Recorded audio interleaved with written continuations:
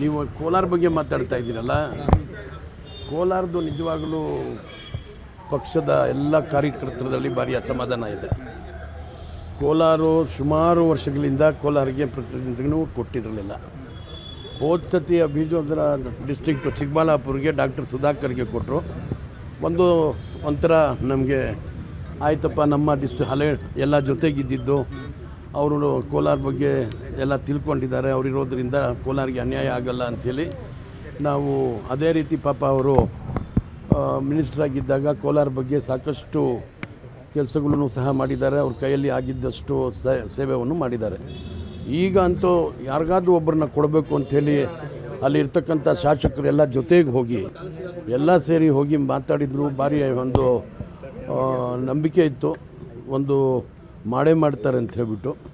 ಮತ್ತು ಈ ರೀತಿ ಮಾಡಿರೋದು ನಿಜವಾಗಲೂ ನಮಗೂ ಸಹ ಭಾರಿ ದುಃಖ ಆಗ್ತಾಯಿದೆ. ಅದನ್ನು ಹೈಕಮಾಂಡ್ ಆಗಲಿ ನಮ್ಮ ಮಾನ್ಯ ಮುಖ್ಯಮಂತ್ರಿಗಳಾಗಲಿ ಅದರ ಬಗ್ಗೆ ಸಮಾಲೋಚನೆ ಮಾಡಿ ಏನಾದರೂ ಅವಕಾಶ ಮುಂದೆ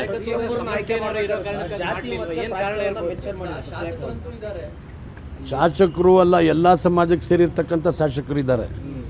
ಅಲ್ಲಿ ಇದ್ದರೂ ಸಹ ಮಾಡದೇ ಇರೋದು ನಿಜವಾಗಲೂ ನಮಗೆಲ್ಲ ಭಾರಿ ನೋವಾಗಿದೆ. ಮುಂದೆ ಅದನ್ನು ಸರಿಪಡಿಸಬೇಕು ಅಂತ ನಾವು ಹೈಕಮಾಂಡಲ್ಲಿ ಮತ್ತು ಮಾನ್ಯ ಮುಖ್ಯಮಂತ್ರಿಗಳಿಗೆ ಬೇಡ್ಕೊಳ್ತಾ ಇದ್ದೀವಿ. ಅದ್ರ ಬಗ್ಗೆ ನಾನು ಆ ರೀತಿ ತಿಳ್ಕೊಳ್ಳಲ್ಲ. ಯಾಕೆಂದರೆ ಕೋಲಾರಿಗೆ ಕೊಟ್ಟಿರ್ತಕ್ಕಂಥ ಅದು ಯಾರೇ ಇರಲಿ, ಕೋಲಾರಿಗೆ ಇಲ್ಲ ಚಿಕ್ಕಬಳ್ಳಾಪುರಿಗೆ ಕೊಡಬೇಕಾಗಿತ್ತು. ಅದು ಕೊಡದೇ ಇದ್ದಿದ್ದು ಭಾರಿ ನೋವಾಗಿದೆ.